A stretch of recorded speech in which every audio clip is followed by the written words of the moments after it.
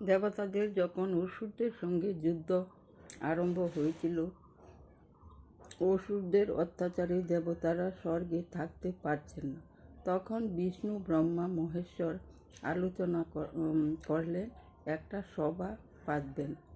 নারদকে ডেকে পাঠালেন সব দেবতাদেরকে নিমন্ত্রণ করতে। নারদ সবাইকে নিমন্ত্রণ করলেন। যথাদিনে যথাসময়ে সভা আরম্ভ হলো। কীভাবে অসুরদেরকে বধ করা যায় এই বিষয়ে আলোচনা করলেন।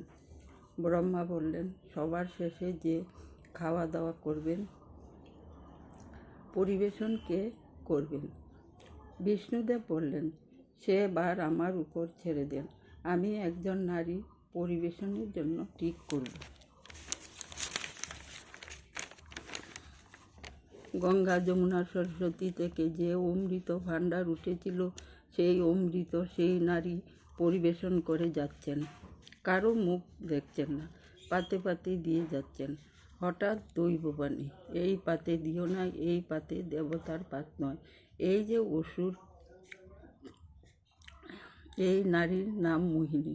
মোহিনী দাঁড়িয়ে পড়লেন, কে আমাকে বারণ করলো, কে আমাকে বারণ করলো? স্বর্গ থেকে সূর্যদেব বললেন, দেবতাদের মাঝখানে অসুর ঢুকে পড়েছে। মোহিনী দেখলেন সত্যি। সঙ্গে সঙ্গে মোহিনীর সুদর্শন চক্র দিয়ে অসুরের মুন্ডুটা ছেদ করে ফেললেন।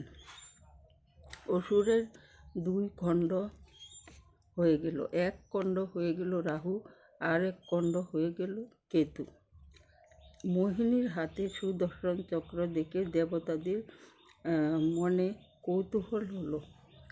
এই সুদর্শন চক্র বিষ্ণুদেবের, এই সুদর্শন চক্রের উপর কারো অধিকার নাই। তাহলে এই চক্র মোহিনীর হাতে কি করে এলো? আচ্ছা, যাই হোক, দেবতারা আবার অমৃত প্রাণ করতে বসলেন। মোহিনী এক ডাবর করে দিয়ে যাচ্ছেন। দিতে দিতে শেষ প্রান্তে বসলেন দেবাদিদেব মহাদেব, পোলাবালা মহাদেব। মহাদেব অমৃত না খেয়ে মোহিনীর দিকে তাকিয়ে রইলেন। মোহিনীরকে আলিঙ্গন করতে লাগলেন। মোহিনী মহাদেবের ভাব বুঝতে পেরে দৌড়তে লাগলেন। মহাদেবও মোহিনীর পিছে পিছে দৌড়তে লাগলেন। মোহিনী দৌড়তে দৌড়তে কৈলাস পর্বতে গিয়ে হুঁচট খেয়ে পড়লেন। মহাদেব বললেন, মোহিনী, এইবার কি হবে?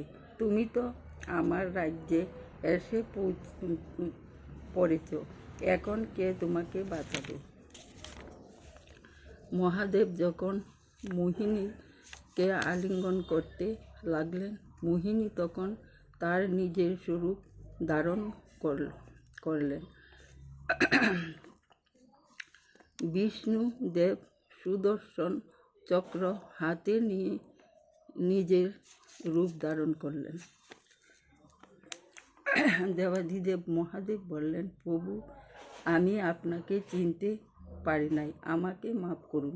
বিষ্ণুদেব বললেন, আমার মোহিনী রূপে মুগ্ধ হয়েছেন, এইটা আমার কাছে পরম পাওয়া। আমি ধন্য।